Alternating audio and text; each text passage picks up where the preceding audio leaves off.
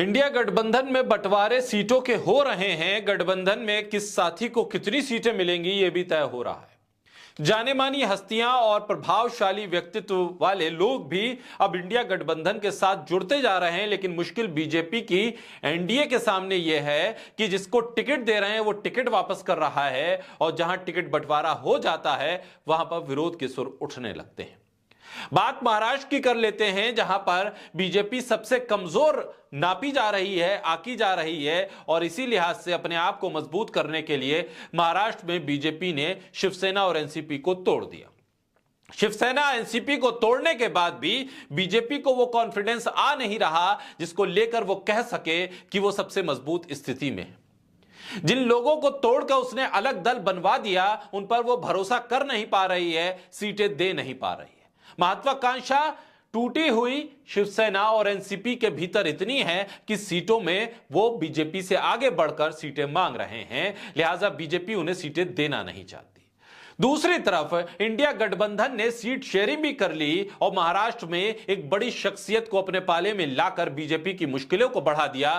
तभी तो अमित शाह महाराष्ट्र में हैं, लेकिन खेल महाराष्ट्र के भीतर इंडिया गठबंधन ने कर दिया, बीजेपी को मुश्किल में डाल दिया।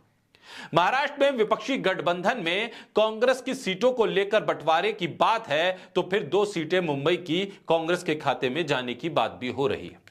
भिवंडी हो, पुणे हो, सोलापुर, कोल्हापुर और सांगली हो, धुले हो, जालना हो, या फिर नांदेड़, यवतमाल हो, भंडारा हो, हिंगोली हो, नागपुर हो, चंद्रपुर हो, अमरावती हो, गोदिया हो या गढ़चिरौली, कांग्रेस अपने दावे को मजबूत कर रही है। कोल्हापुर की सीट पर सबसे बड़ा खेल इंडिया गठबंधन ने कर दिया। वो खेल ऐसा है जिसकी काट अब बीजेपी के पास नहीं है।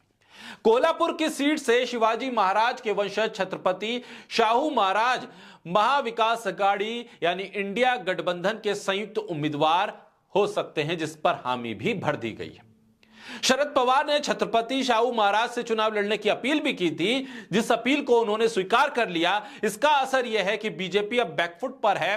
मराठा वोटर्स पर खासा प्रभाव रखने वाली यह शख्सियत आसपास के इलाके में पर भी एक बहुत बड़ी छाप छोड़ेगी।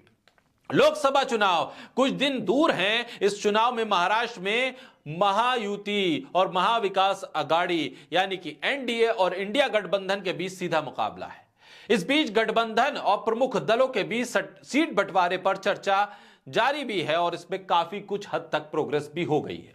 इसी तरह कोल्हापुर के शाहू महाराज द्वितीय ने लोकसभा चुनाव लड़ने की इच्छा जताई है। पिछले कुछ दिनों से राजनीतिक गलियारों में चर्चा चल रही है थी कि शाहू महाराज कोल्हापुर सीट से लोकसभा चुनाव के लिए खड़े होंगे, लेकिन बात यह थी कि वो किस सीट से, किसके सिंबल पर चुनाव लड़ेंगे, किसके साथ चुनाव लड़ेंगे।